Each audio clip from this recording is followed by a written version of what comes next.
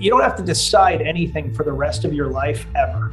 You just have to pick, what is my next purpose? What am I going to go after right now? What's going to be meaningful to me right now?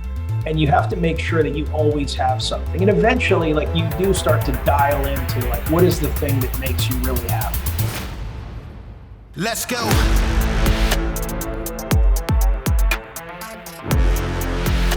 Welcome to Citizen. Today we have a very special guest, actor, author, entrepreneur, but you're a multi-hyphenate for sure, Nick Palmisciano. Yeah, thanks for having me, Ben. Yeah, man. And I appreciate being called special. Well, that means a lot. I'll take it however you meant it. Yeah, I mean, helmets or otherwise. Yeah. So let's. I'm sure a lot of our people know who you are, but we've got a lot of new folks who aren't like OG Drinking Bros folks who watch the show. So give us your background. So I got out of the military after serving 6 years as an infantry officer. There's nothing special. I'm not a hero. I'm not super cool. I just did my job for 6 years and very much appreciate that. I believe that the Army gave me more than I gave it. And I keep that in the back of my head all the time as I try to help other people and give back to my country. Because I think the military has been transformative for my family. I'll come back to that in a sec. But got out of the military, went to grad school at Duke University. So no one should feel sorry for me. It was like the easiest possible transition, but still was challenging because leaving the military is always bittersweet. And I got the corporate gig I wanted and was making a fortune as a 29-year-old, making more money than anybody in my family had ever made.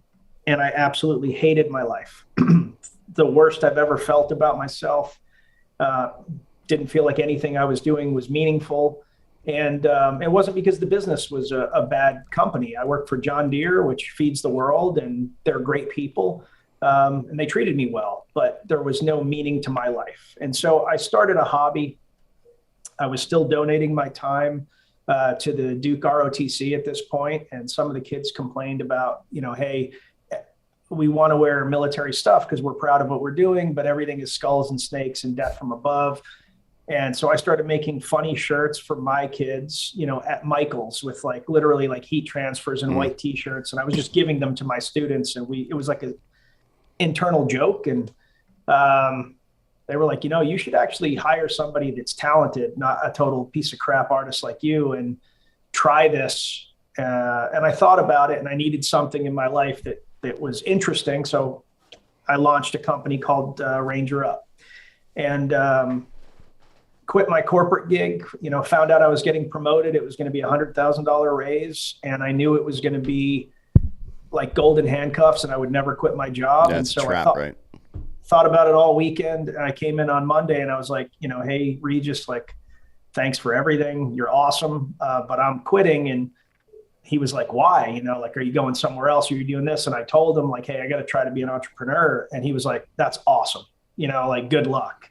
So that was really cool.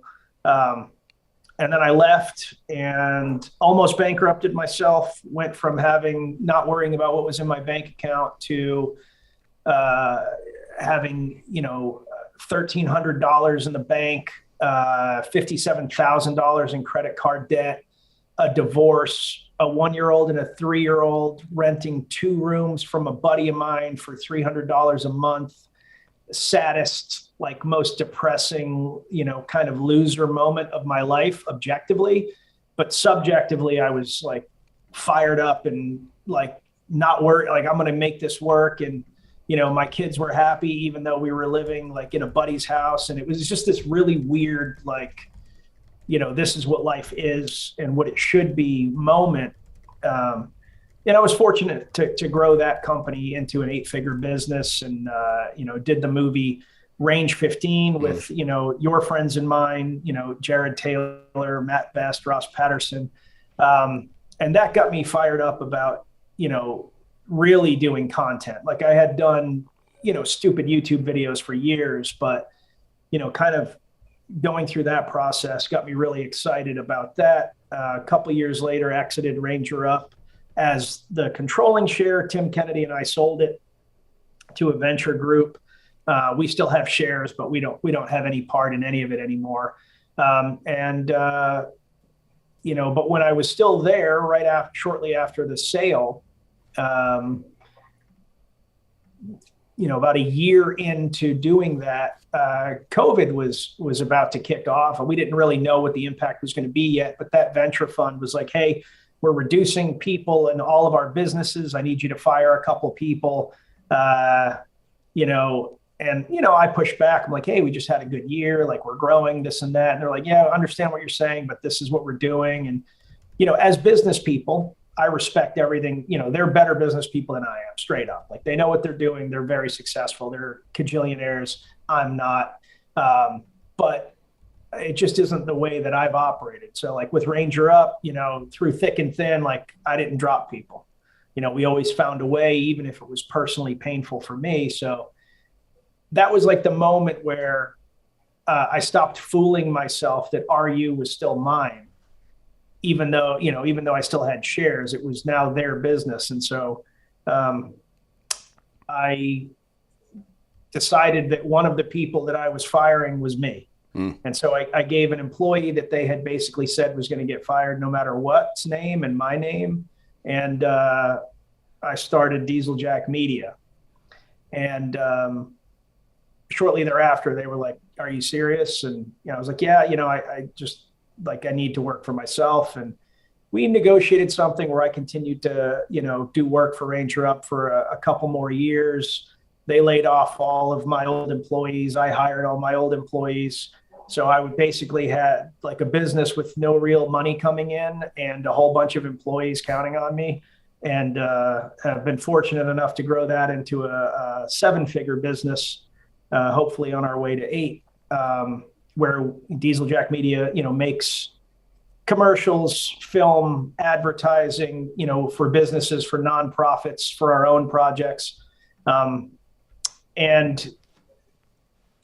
of the people that I have met through that whole process is, our mutual friend, Sarah Verardo. Mm-hmm. Sarah Verardo, is the chief executive of the Independence Fund. And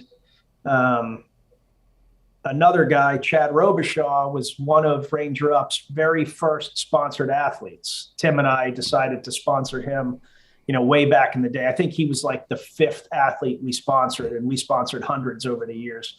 And so we've known Chad for a long time. And so when Afghanistan was falling apart, Sarah called me, Chad called Tim, and they were like, "Hey, we're trying to put a team together to go, help evacuate people out of Kabul. Like, will you go?"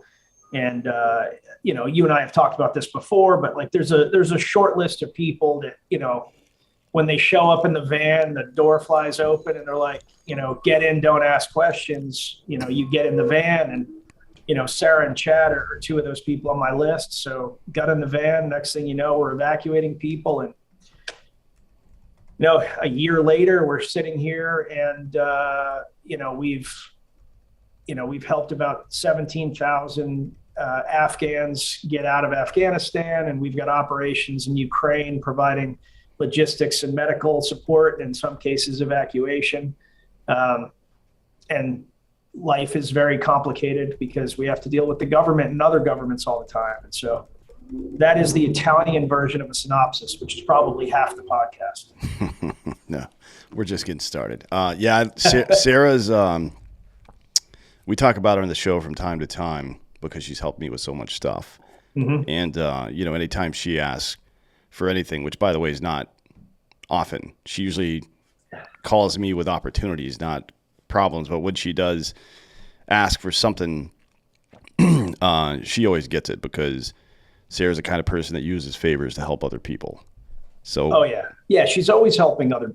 I don't think I've ever seen her actually do something good for herself. Like, I try to encourage her to do something for herself, and it really doesn't happen. She's like, when she's asking for something, it's because so-and-so, it's wild, some of the problems she solves. And you know this firsthand. Yeah, we talked about it right before. Yeah. Pretty crazy stuff. Yeah, she's a pretty incredible person, but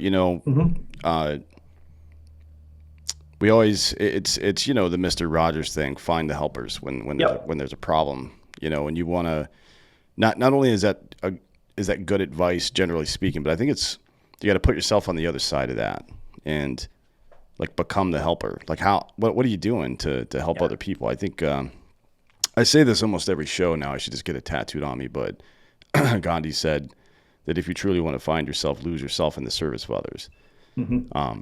I think that's probably at the very primal level the reason most people join the military or become police, because like it's the masculine urge to leverage your fucking power and aggression towards some good purpose, I think. Towards something that's positive. Yeah, absolutely. Which is probably why you were so fucking, I don't even know what it is. I think it's, so depression is rage turned inward, right? That's a pretty famous paraphrasing of a cocaine prescribing psychiatrist from early part of the 20th century. But there's wisdom there for sure, and it speaks to this young male problem we have in America right now. Just like I would say veterans are probably the best, but we should have seen this coming. You know what I mean?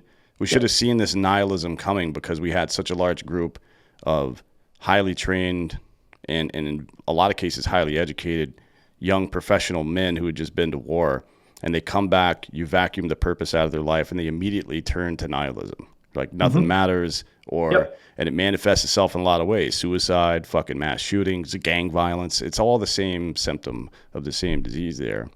And that's, we're very myopic, unfortunately. And it's easy to say, well, how could we have known or whatever? And, maybe that's right. There's no point in really sitting around beating ourselves up about it, but being blameless doesn't absolve you of responsibility. And now we have the responsibility to fix this shit. Yep. Yeah, I think that there is, and I'm sure you've talked about this before, but I tell everybody, typically when you look at someone that has committed suicide or is just depressed and unhappy, there are typically two things that they are missing from leaving the military or just in general. They've lost purpose, and it's very hard, no matter what anybody says, no matter whether you're talking about the most moto dude in the world or the dude that just talks shit about everything in the military. It's very hard to replace the purpose of protecting the nation. And I tell my kids all the time, like, unless I get elected president of the United States, which is never going to happen, to a 5'8" wop, I'm never going to have the responsibility that I had, as a 21-year-old platoon leader. Right. Like, you're never going to have that responsibility again. So then how do you find purpose? You have to find something that's meaningful. And the second part that people neglect is you lose tribe. If you think back to your squad or your platoon, no matter how screwed up somebody was, everybody had that person's back, even if they were bitching about them, right? Like somebody has financial trouble, they don't go hungry. Somebody gets divorced, like they're not alone. Your car breaks down, someone gives you a ride. There's this group of people around you that is invested in your success and that you believe actually cares about you. You leave the military and you go off and you go on your own, especially these dudes that really dig into like being a permanent veteran. They're isolated. And it's never going to be the same. You're never going to be the badass 20-0, charging into the fray. Like those days are gone. And so how do you replace that? And I think it goes back to what you were saying, is like, you've got to be helping people. Like, I feel best when I'm making a difference in other people's lives. Like, I don't value my own accomplishments that much anymore. Like, when something good happens, I'm like, cool. That's what was supposed to happen. That's how I feel about it. That's what was supposed to happen. I put in the work. This is what's supposed to happen. And if it doesn't happen, I'm like, all right, like, let me AAR this so that next time I get the result that I want. But when I'm teaching somebody else, to be an entrepreneur, or I'm teaching somebody else to solve problems, their financial problems, their life problems, whatever, and they go out and do good things, like that is what gives me purpose now. And frankly, like I started Diesel Jack because I sat down with my wife when I was at this crossroads in my life, and she was like, hey, you're good at two things. I was hoping for a third, but she didn't offer that third up. But she's like, you're good at two things. You're good at storytelling and you're good at helping people. And like, that is what you should, build your life around, because I think that's what's going to make you happiest. And that's absolutely been the case. Well, yeah, I mean, we can sit around and think about it a lot, but I don't think it requires that much thought. Frankly, this should be very obvious. Like all of human civilization has sprung forth from tribes of people, tribes of like-minded people who build systems and infrastructure to leverage people's intrinsic genetic gifts. Like for masculinity, it's to provide and protect. For femininity, it's to nurture. That's what all of this has always been about. So you can remove a lot of things. You can take people's resources away. You can take their stuff. You can take, in many cases, you can even take their freedom away. But the human spirit will still, if it has purpose, persist. You know what I mean? When we see it here in America. But if you take their purpose away, now you've struck a fatal blow, in my opinion, right? But the good news is we are the author of our own calamity here, right? Like nobody can take your purpose away. Only you can do that. Exactly. You know what I mean? Which means if it's gone, you have all the power to recreate that anytime you so wish. Mm-hmm. Yeah, and I think that is truly the most critical thing people should be thinking about when they're leaving the military. What is my new purpose? And it doesn't have to be this. You don't have to decide anything for the rest of your life ever. You just have to pick, what is my next purpose? What am I going to go after right now? What's going to be meaningful to me right now? And you have to make sure that you always have something. And eventually, like you do start to dial into like, what is the thing that makes you really happy? And I'm at a point now where, I mean, obviously we all do work that we don't like, because there's no job on planet Earth where there isn't some part of it that is a grind, like hard work is always present. But I truly don't do anything I don't like anymore. Mm-hmm. Like if I don't like a client, like I fire the client, not that happens a lot, because I go through a very extensive discussion process with people before I start working with them. But, if somebody asks me to do something that I don't believe in and it involves a lot of money, I don't do it, because I don't care. Like my number one priority is, obviously like anybody else, take care of your family. But after that, it's when I go to sleep at night, do I feel good about who I am and what I did? If the answer is ever no, then I have failed. Yeah. I mean, that's why I like to organize my life by principles, not by any particular event or job or political ideology or even money, any of that shit. Like it's, you can't. That stuff is all like, all of that stuff is a byproduct of the principled life that you live. If you live an amoral life, then you're going to have amoral results. You know what I mean? It's just the way it is. Yeah. That's actually one of the things that I've always liked about, watching your segments is, I disagree with you sometimes. But I do appreciate, like, you always have a laid out structure for why you think something. And you're also, even when it's something that you truly believe, you do consider like other opinions. I try to be the same way. I really try to think about, like, if I'm never afraid to question why I think something. And I also am not afraid to change my mind when presented with better information. Sure. I mean, it's like, I think that's important. The analogy I use for this is a math teacher making you show your work while you're doing math, right? Yeah, so you lay all that shit out, and if somebody can point out an error in my process, then I can address that error, right? Mm-hmm. It's really that fucking simple to me. Yep. Yeah. So let's get into some of these principles since we're talking about it now. The first one you chose to talk about is, I'll do something every day to help my country. My countrymen are all men. I've had some folks say that kind of sounds like a platitude because it's hard to conceptualize how you can do something every single day to help people, right? Yeah. But, it's not impossible. As a matter of fact, it's not even difficult. Just spend 5 minutes in the morning thinking about what could I do today? You know what I mean? Hold a door for somebody, pick up some fucking trash on the ground, say something nice. Yeah. There's a lot of things you could do there that don't cost you any money. They only cost you a little bit of time and the will to act. But yeah, go ahead. I go into everything with a do no harm mentality. Like I never, even people that absolutely hate me, I do not want to do damage to their lives. Like I essentially don't believe in having enemies. Like the only situation where I would have an enemy is if somebody was actually coming after like my family, you know, or somebody was actively hurting children, period. Like those people are my enemies. But like, you know, somebody doesn't like me. They think I'm a bad person. They think I'm not cool. Like whatever that is. Like I ignore any concept of that. And then I think about, you know, what is it that I am good at, that I know that I have earned, that maybe takes people time. And I look at my community first, like whether it's my employees or my friends or my neighbors, or, you know, I do a lot of coaching. So maybe it's, you know, kids I coach on the wrestling team or people I do jujitsu with or whatever.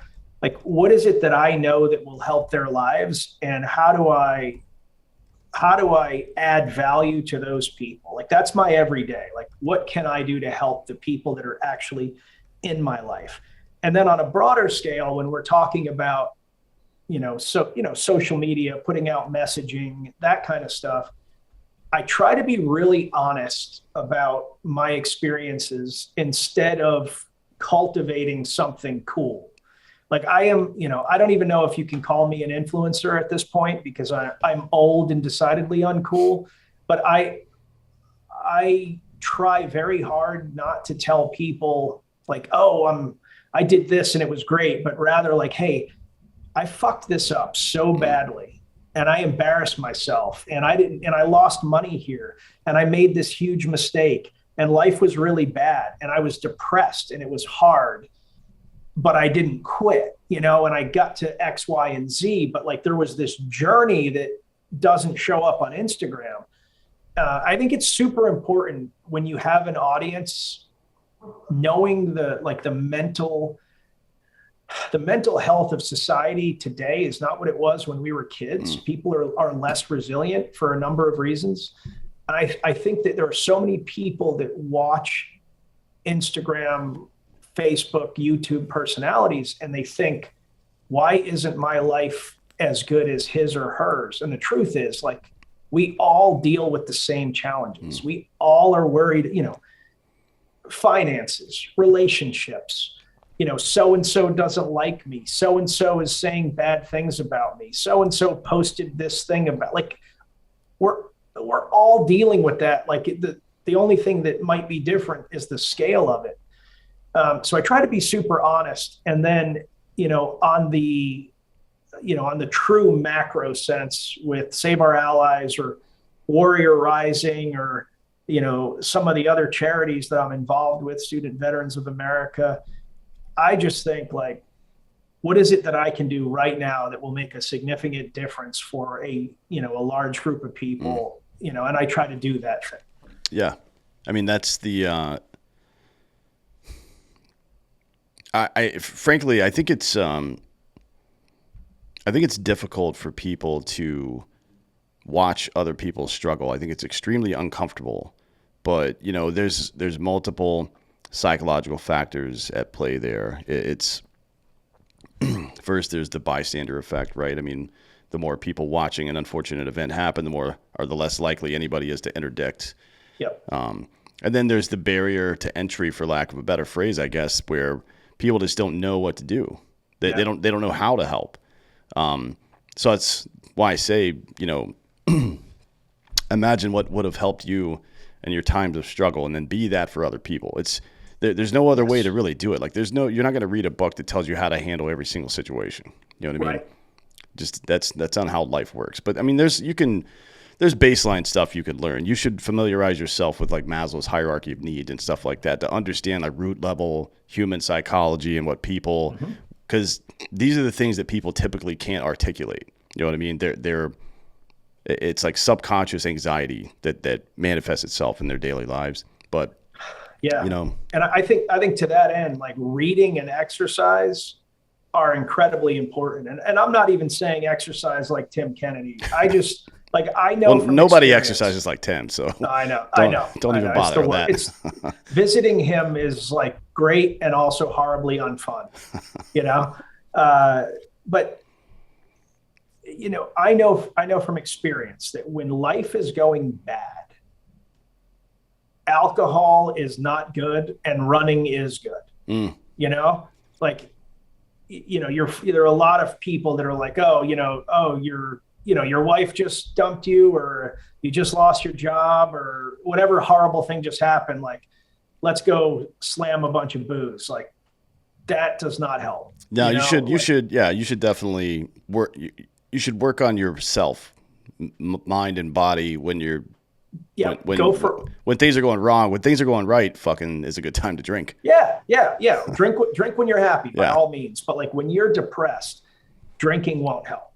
Exercise, like get outside, see something good in the world, like super, super important. But also like reading provides other lifetimes of perspective. Mm-hmm. Obviously I'm not the guy that said this. I'm blanking on who said it first, but if you just live your life and don't read, you're essentially living one lifetime and picking up advice from people here and there. But like every time you read a good book, like you're garnering like a lifetime of experience. And so like if you read all the time, you're equipped with just a lot more information and wisdom than somebody that doesn't read.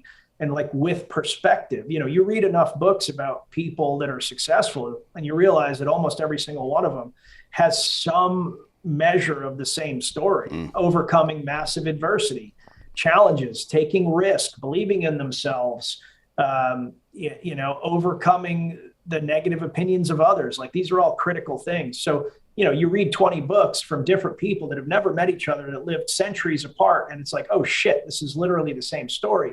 It makes it a lot easier to weather that storm personally, because you now are armed with 20 lifetimes of wisdom around doing something hard versus, man, am I it looks like, Holloway over there has it easy. Like, look at that nice set he's got. And, I'm sitting in my office with a black background and I didn't, man, like, what am I doing wrong? Like, it's easy to like fall into that if you don't read, if you aren't surrounded by other people. Well, it's no coincidence, and it should be no surprise that most religious texts share the same fundamental ideologies, right? Oh yeah, of course. I mean, the golden rule has existed since China, I think, in 5500 BC, maybe something like that, and it's made its way into pretty much every philosophy that's ever existed. So should be no surprise, I wouldn't think. But yeah, it's really. I think people get lost in this trap where they think, all right, I'm going to get to this level and then I'm going to start using that to help people. Like that's not right. That's not the right answer. Yeah. Like, it doesn't work. You've got that reversed, my man. And it's not like you help people just to get the benefit for it. This is simply an understanding of how society works, right? The more that you put into it, the more that you will get out of it. That may sound transactional, but it's just reality, man. That's just how it works. Well, I think what it is you become a known quantity, right? If, let's say you and I are just starting out, right? And we're in a group of, we have a friend group of 10 people. We're all friends. Every time I have something hard to do, you're like, hey, do you need help? And I'm like, yeah, man, thanks. And like, no one else asked for help. And then all of a sudden I'm successful, right? I did one of the dumb ideas I had suddenly works. And I now am sitting on a bunch of cash, and the other 8 people are like, hey, can I get some cash? And then, and I'm like, you're like, where were you the 4,000 other times where I needed something? And then, you're not even asking me for anything. You're like, that's awesome, bro. Congratulations. And I need to bring on somebody, as COO, and I don't know anybody else that I trust. Like, who am I going to call? Like, I'm going to call the guy that's helped me like 4,000 times because you're a known quantity. I know that you're going to come through. people don't see that part. They really don't see that No, part. and it's essentially, you know, in the marketing world, we call it marketing and branding. We call that reputation management, right? It's Yeah. like you can have. This is something that you don't have to go to business school to learn this shit. It should be obvious. If you have a negative event in your company, like your shipping is fucked up, or you send the wrong product, or whatever, people aren't happy with it.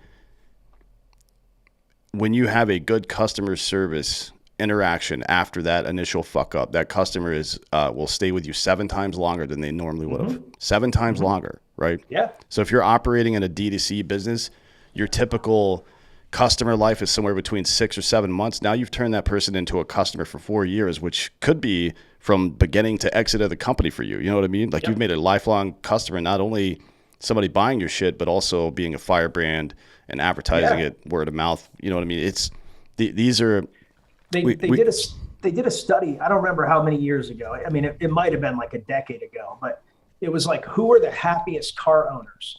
And there were a few variables, but basically like number 2 was Lexus owners that had never had a problem with their vehicle.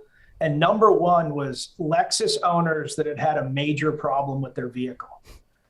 Because when they had a problem, Lexus was like, I am so sorry. We are on our way with, you know, the next level up Lexus. We're going to give that to you. We're going to tow this vehicle. We're going to solve the problem. We're going to deliver either this vehicle or a brand new one to replace, like just white glove treatment.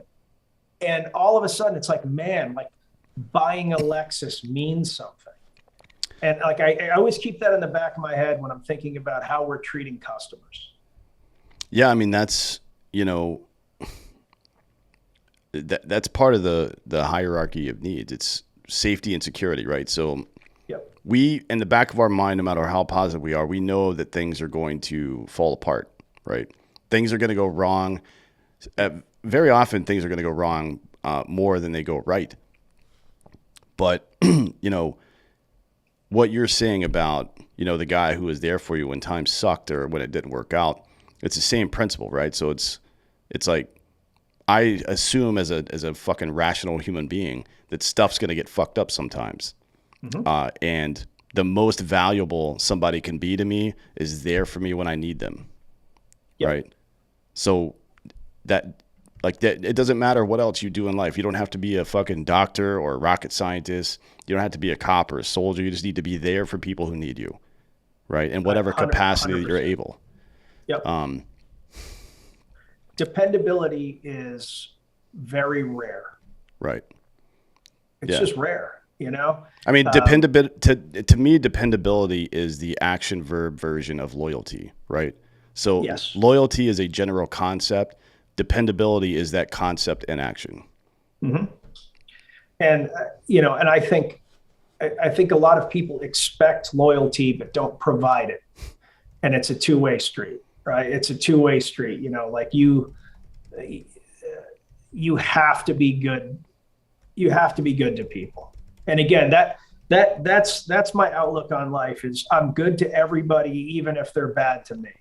Now, I might remove them from my life. Like I might not seek them out or kind of distance myself from people that are consistently not good to me, but I do not want to put negative energy into the world. Well, that's the story of the Good Samaritan, right? It's not that a stranger, I really wish people would fucking study this. I think I've mentioned it a couple times in the show before, but the Samaritan wasn't a stranger. The Samaritan was the, I guess, political or cultural enemy of the Jew at the time, right? Of the Israelite. And the point was, because Jesus actually said it later on, even criminals love their family, right? Love your enemy. That's kind of the point. By the way, I'm not religious at all. I don't care about any of this stuff, but the fucking, the context and content matter. So the story of the Samaritan is that even though he and I were on opposite sides of this, you know, larger than us conflict, I still did the right thing. And that is the expectation. You know what I mean? So I'm not really a fan of the Ukrainian government, but helping people, Yeah. What the fuck, man? Like a people are not their government. That's just something that we can't seem to figure that out these days. Yep. Yeah. It's that, Ukraine, like I'm very proud of the work we're doing in Ukraine. That is not to say that there isn't corruption in Ukraine, but there's also corruption in the American government. There's corruption in the French government. There's corruption in the German government. Like government by definition almost has corruption in it. There's, whether it's as simple as political favors or it's something far more sketch, like literally passing bills that benefit you or your friends, there's so many ways to look at it, but no, Ukraine has layers of corruption. I mean, they have like the government, has regional affiliations that are not, national in scope. So, depending on where the leader's from, different regions are going to do better. The church is heavily involved in corruption, and there's crossover with the church and the mafia. And there's so many things. All that being said, the Ukrainians are not the ones going over borders and killing women and children. They're not, the ones trying to starve a country out over the winter. They are not the ones placing mines. They are not the ones employing chemical munitions. They're not the bad guys. And that's one of the things that I have trouble with sometimes. Like, I totally understand people that are like, hey, we should not, we as a nation should not be in Ukraine. Like, I appreciate, kind of an isolationist view on the world, especially after our government just basically had young men and women fighting for 20 years with no apparent end state in mind. So I have no objection to people that think this is not a war we should be involved in. But I really have a problem when people are like, Russia did nothing wrong, or, you don't understand what's really going on. Like, hey, man, I've got videos of like dead women and children, where it's very obvious the Russians withdrew and just massacred people. Yeah. Like, that's there's no point where that's okay. There's no, I mean, so I get into some of these debates because I say things very plainly as they are, in my opinion, right? Yeah. And, stating a fact does not endorse the event itself. Right. It's for some reason, it's hard to get people to fucking separate themselves from those things. Like, oh, you're a Russian. You're a Russian apologist. Like, no, man, Vladimir Putin is a giant cunt. He's like one of the worst people on earth. Yep. Like, we're not, that's not really up for debate, in my opinion, but if did we give him the ammunition he needed by continuing to encroach farther east? Yeah, absolutely. Right. And that doesn't make what he did right. It just makes what we did stupid. You know what I mean? Like, we fuck up a lot, which American foreign policy is a fucking joke. We don't do anything right. It's one of the negatives. It's one of the negatives of having such a partisan set of politics right now. Like, I mean, we always have it, but I think for a long time, the State Department was a little bit separated from whatever the administration was dealing with politically. Like, there was always like a group of lifetime diplomats and smart people that the administration generally trusted, that was like, this is what it's like in this region. Whereas now, from administration to administration, you have sharply different policies. And, you take the wars in Afghanistan and Iraq, and people are smart and they know how America is. And so, hey, if we don't like how it's going right now, if we can just wait 4 years, we're probably going to get a different guy, different set of generals, different set of conditions. And maybe that's better for us. And, there's just a lack of consistency. And you also, it's so hard to believe things now. And don't get me wrong. Like, I mean, I do know for all time, going all the way back to the 1700s and beyond,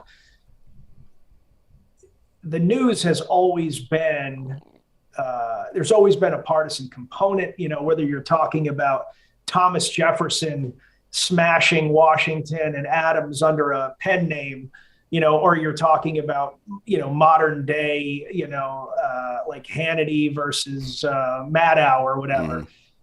there's always a partisan component, but I do think that when we were growing up, the news was generally respected. There were 3 or 4 channels. You knew the anchors. Information came slower. People took the time to make sure that the facts were there. There was evidence to present. And now it's very much a race to get the story first, fastest. And the headlines are ridiculous. I mean, like you read a headline and you're like, oh shit, did this happen? Then you read the article and you're like, no, actually it didn't happen. Like the headline is, but so many people read the headlines and they repeat the headlines and people start believing things that are simply not true. And you need shows like this to actually go deep on anything, which is like, it's problematic. Long form is dead.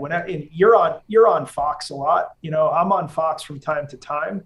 And they've been very good to me. They've been very good to Save Our Allies, and I really appreciate them. But you get 15 seconds to get a very complex thought out, and then you're on to the next question because that's the structure of network news now. It's hard. It's hard to go deep on anything. So if you're a person that doesn't read, if you're a person that doesn't listen to intelligent, long form podcasts with people that actually are discussing meaty subjects, like you're just not going to be informed. Yeah. I mean, so this kind of brings me to the next, principle you chose. I'll put more into this country than I'll take out of it. I mean, there's a lot of obvious ways to understand that statement. Cleaning up your mess, contributing more, helping people, so on and so forth, creating jobs, just taking care of your communities in general. But what about how we're spending our time patronizing certain institutions? You know what I mean? Like there's an old phrase, every dollar you spend is a vote for the kind of world you want to live in. And that's a true statement. But every moment you spend patronizing businesses with your eyeballs and your ears, you know what I mean, can also be a net positive or a net negative. And we have given way too much credibility and viewership to people who are routinely and intentionally trying to divide us. You know what I mean? I agree with that. And I agree with that. That's a responsibility that every American has to tell people they're full of shit when they're full of shit, and then walk away, right? Turn the channel off. I don't care. Especially like the more you agree with something, the more suspicious of that belief you should be, because otherwise, man, you can get tricked into anything. All somebody has to do is causally relate their fucking crazy ass point of view to something you already believe, and now you're on the hook. Like, fuck that, man. That cannot be the way we do this. Yeah, you have to be able to constantly question your own beliefs, and you have to, if somebody loses their shit because you disagree with 10% of what they believe in, that person is not a serious person. Like you can't, like I grew up in a family of Italians and Portuguese people where, some of my family is very liberal. Some of my family is very conservative, and, and everything in between. And, essentially like picture a bunch of Italians sitting around a table, screaming at each other about things with like the passion that, only Italians kind of bring to bear on ridiculous conversations. And then like we'd eat and it'd be fine. But just knockout, drag out fights about every political topic you can think of. But it also forced you. I remember being like 12 and 13 and like disagreeing with my godfather or my uncle or whatever, and having to defend myself. And they wouldn't let up until either like my argument broke apart or, I was able to hang. That's just the environment I grew up in. And so, that I never took it as these people don't like me or these people want to do me harm. It was like, hey, if you're going to have an intellectual conversation, then like you've got to have a structure for why that is meaningful and why you're right. And if you're not, you need to change your mind. Sure. And then the other part of that is that empathy is being able to like truly put yourself in somebody else's shoes. You know what I mean? Can you imagine yourself in the same circumstance and genuinely believe you'd behave differently than they did? You know what I mean? And if you can, right? If you can let go of your ego for a moment and be like, you know what? I've had moments of weakness as well, or I've done stupid shit as well. Yeah. Then you must know that the answer to these conflicts cannot be to be judgmental or divisive about them, but rather to try to swim upstream and solve that problem before it metastasizes into something too big or too divisive to solve. That's it's medicine. It's brain medicine. Yeah. It's social medicine. Like you don't fucking, if you've got like cancer in your foot, you don't cut your goddamn foot off. You try to find, because cancer, you know, kind of in your blood. Maybe you want to take a look upstream at that. You know what I mean? We don't do a whole lot to address root causes of things anymore. If we ever did, to be honest. I mean, maybe that's a symptom of fear or laziness. I don't know. I don't know what it is. Yeah, I think, you know, we don't go as deep now as we did 30 years ago on any topic. That I think, I mean, we literally ended a war and started supporting another war within a few months. And both the end of Afghanistan, you know, a month after Afghanistan was over, it was pretty much, no one talked about it until the 1 year anniversary. And then Ukraine, you know, people were fired up about Ukraine for about 2 months. And now, you know, I mean, like, it's not that nothing's happening there, tons is happening, but it's, you know, it's not a major thing. And so we don't spend the time that we used to examining topics in depth, having conversations. And so the understanding of things is often dictated by whatever team you think you're on. Yeah. You know, like Tucker says this or Rachel says that, and like that's the thing you're repeating, and that's it. And like, and if, you know, like I'm a moderate that leans right.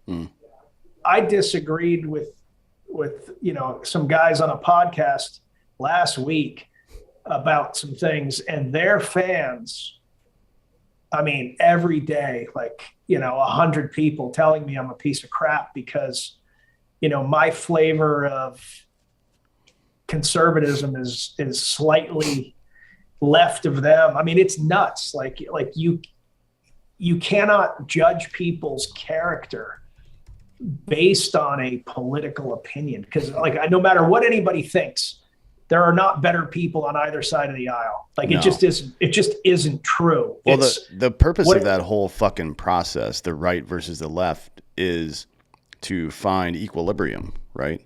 Like, but there's so many problems here. One, the right is not the right and the left is not the left. Yep. You know what I mean? It's uniparty bullshit.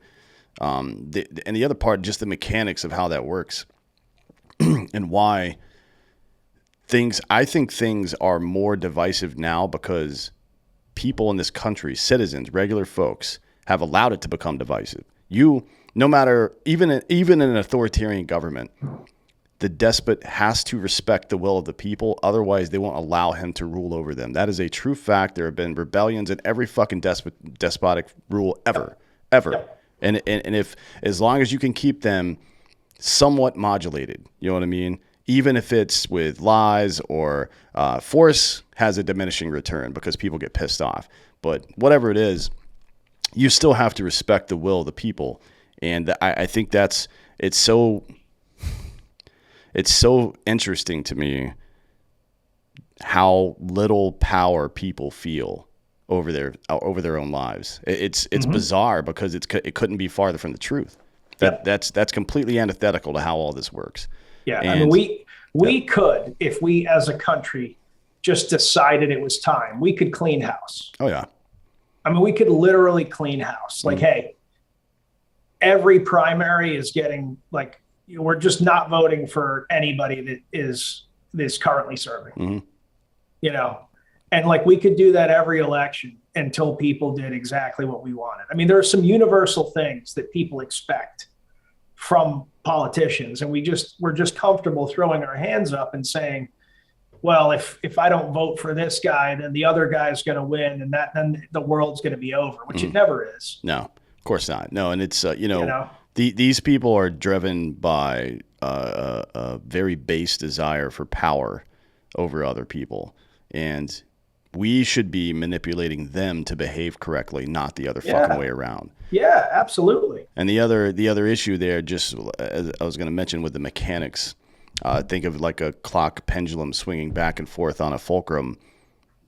The farther you pull it back and let it go, it's going to swing for longer before reaching an equilibrium, and it's going to be more chaotic during the process. That's not how any of this is fucking supposed to work. Yep. I'm with you completely. And I think, that lack of ownership to me is why I started this show, because people in this country are subjects because they refuse to accept the responsibility for being citizens, right? So you get rights and you have responsibilities that secure those rights.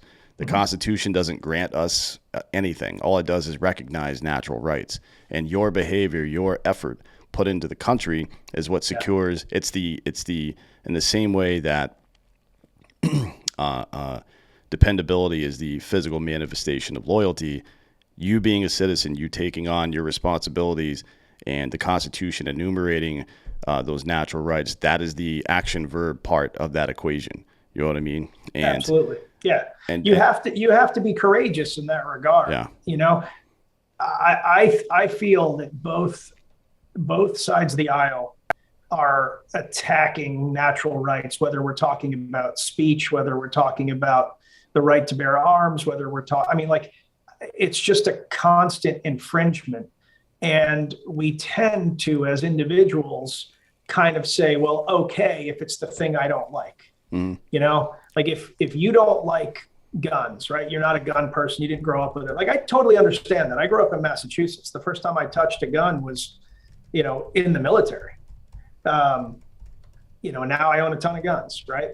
But like, you have to have some sense of like what these things mean.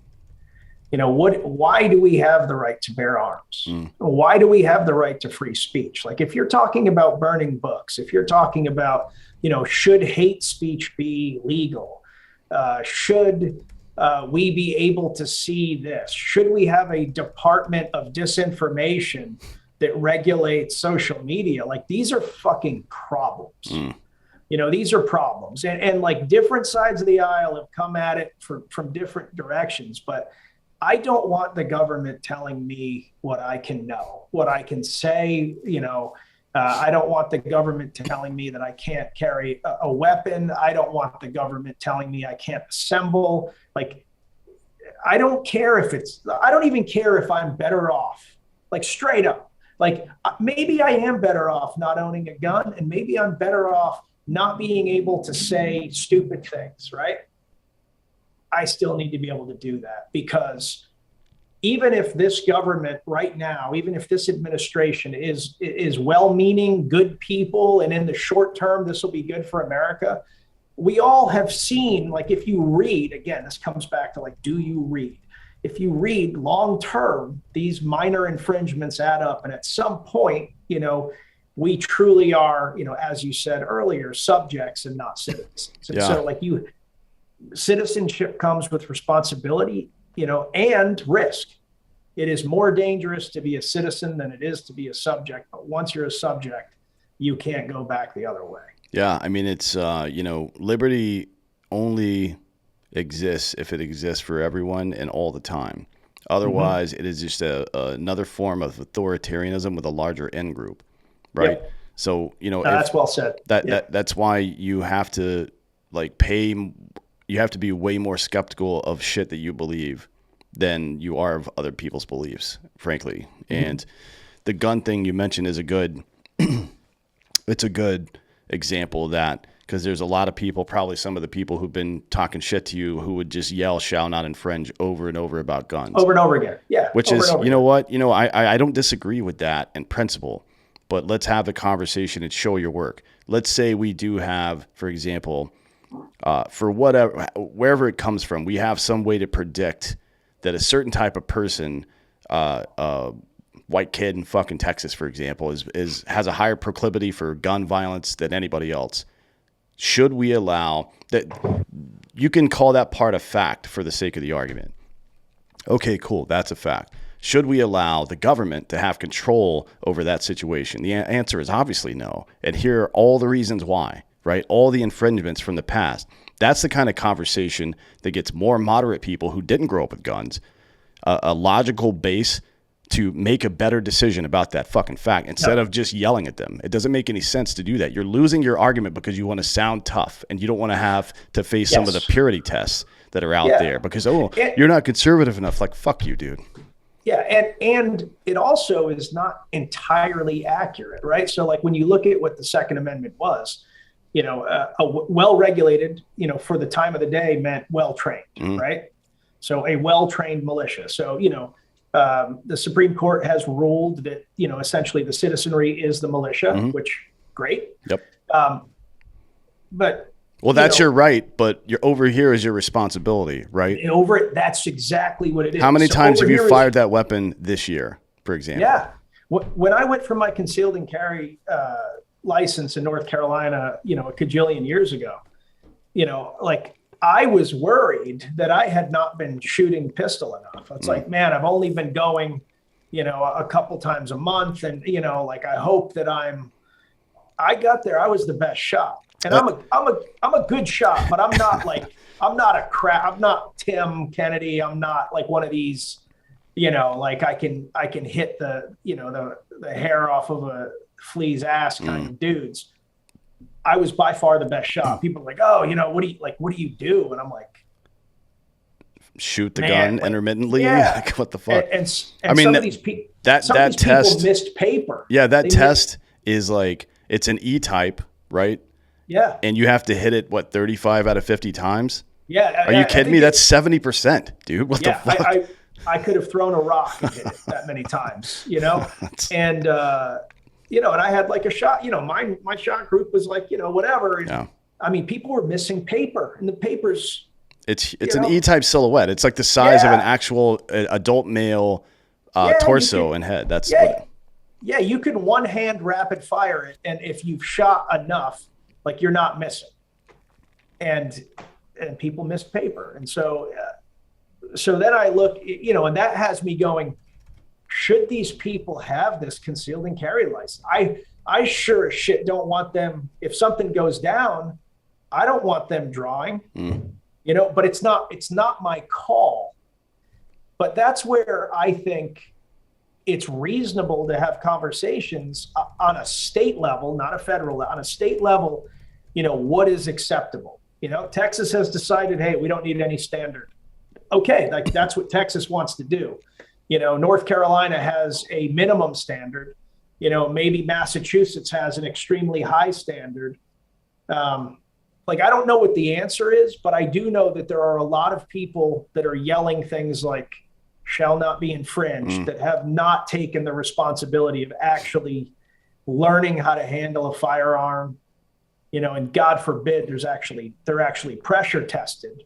Sure. Where, someone's shooting at them and they're not looking that there's kids behind the person they're shooting. And there's so many things that, when I think about what I would want somebody that is concealing carrying to have done or think about, but that standard is certainly too high. I think it's totally reasonable to have the conversation of, should there be a standard? What is that standard? What does well-trained mean? Yeah. But if you bring that up, like I'm sure I'll take shit just for bringing this up with you. If you bring that up, it's like, oh, you don't believe in the Second Amendment. No, I absolutely do. Like, I think that anybody that wants to own a weapon that isn't, certifiably insane should be able to own a weapon. Sure. Yeah. But are you, when the rubber meets the road, when the intent for the Second Amendment happens upon you, are you going to be an asset or a liability? Exactly. And if you can't answer that question, then you shouldn't be carrying a fucking gun, in my opinion. I agree with you. So people, it's a problem of I guess deformed institutions. People feel no sense of ownership in any of this stuff anymore, so they don't see these things as a responsibility. They see them as just their right, and that's not. There's no right that doesn't come with responsibility, right? Yes. So that's how it works, and yeah, it's the last one you chose. I will not sacrifice liberty for security. Now, this is where this gun conversation comes back to me. We know that no matter how bad things get, we cannot allow the state to have a monopoly on violence, right? That is the end of any republic. So, that's the guidestone. But you still have to have some kind of fucking reasonable conversation, if for no other purpose than to set the standard out in public for everybody. Everybody knows what time it is. And when somebody acts up, you fuck them up. You know what I mean? That's just how it is. Not literally like beat them up or anything, but like if somebody's acting irresponsibly with a weapon, for example, say something about it. That's a pretty easy thing to do. Yep. But without that standard in place, then, and that's the reason the framers said that. They could have said everybody can just own guns. Yeah. And back then, everybody would have said, okay, cool, man, because we already all own guns, so that's not even a big deal. They took the time to write it in such a way that implies a level of responsibility for the owner of the gun. Yes. So why not respect that just as much as you respect the gun ownership right in the first place? Yeah, I mean, I can answer that question. It requires work. Yeah. I mean, that's the answer to the question. It requires work. Sure. It's the same, to me, guys that carry and don't train are the same thing as like guys who say like, oh, if I ever had to get into a real fight, I just see red and I would win. And it's, but like if you train and you're fighting someone that's untrained, they have to be so insanely lucky to win that fight. Like they don't even understand it. Like when I roll jujitsu with someone that has never rolled jujitsu, no matter how big they are, it's like rolling with a child. Like they can't hurt me. And I'm not even, great. I'm good. Like people that are great do that to me. So like there's so many levels. It's the same thing with shooting. It's the same thing with literally anything, right? Yeah. So there is a responsibility. If you're not quote, a blue belt in shooting, maybe don't carry a gun. Yeah. I mean, it's, there's a reason that in the best military training in the world, in United States Marine Corps and Army basic training, right? Particularly for infantry, you spend about 3 weeks walking around with a rifle before you ever get a magazine for that motherfucker, right? Because it should feel like an extension of your body at that point. And this is why I don't understand the lack of effort. It's not that much work to take the magazine out of your handgun that you want to carry every day and just carry it around with you in your home every day. Every time you get home, just fucking sit there. Rack the fucking slide back and dry fire. Because by the way, dry firing, you learn a lot more than you do actually shooting the weapon. Dry fire it at your fucking TV screen or some shit. Who cares? Yeah. Or get dummy rounds or something. There's so many different ways that you can become comfortable with that weapon. By the way, if you live in an apartment complex, don't dry fire at the wall. Don't make mistakes. That's not a good idea. But weapons familiarization is not enough. Like you need to become an expert on that thing because, if you're one of those throw your hands up in the air, shall not infringe, and walk out of the argument. If you're well trained, good for you. I mean, I guess you're entitled to your opinion. If you're not, and you get into a situation where somebody needs your help, and you've talked all that shit, and you're not able to help them, then you've done a disservice to your community, right? Like, and that applies to everything else. Yeah. As an adult in America, be ready to help people when they need it, no matter what it is. Like learn things, physical capabilities, all the stuff. A disservice to your community and a disservice to the Constitution. I mean, like again, if you want to look at that fight, because I do think that the Second Amendment is legitimately under, I think there is a battle for its existence. And I think people are chipping away at it a little bit every day. But every time there's an idiot that does something stupid, that is, a strike against it. And that is fodder for people that passionately do not want the Second Amendment to exist, whether you're talking about the dude that shoots himself in the leg, or the guy that accidentally, shoots his son, daughter, wife, etc., because he heard something in the middle of the night and freaked out. And I mean, there's so many things that happen where you're like, that's so stupid. Mm-hmm. There are also people that are well trained, and those stories are, come out as well. But I mean, carrying a gun untrained is dumb. Yeah, doing anything untrained is kind of dumb. Yeah, but whatever. So all right, let's get out of here. Let's before we do, is there anything else you'd like to share with the audience? Anything you want to plug or anything? Yeah. So if you haven't had a chance to watch the documentary "Send Me," it's on Amazon. It covers the 10 days that we spent in Kabul evacuating refugees. And also, I know Tim's already been on to talk to you, but that book in the back corner there, Stars and Stripes, 3 months on the New York Times bestseller list. And so if you haven't had a chance to read it, I think, and I'm biased, a pretty great book. But other than that, man, I really appreciate you having me on. For sure. Anytime. Yeah. Appreciate you coming out today. Where can everybody find you on the interwebs? I'm Nick Palmisciano on Instagram and Facebook, and on Twitter, I am Ranger_up. Okay, good. All right. Well, thanks for coming on today. I appreciate it. Thank you all for listening. This has been Citizen.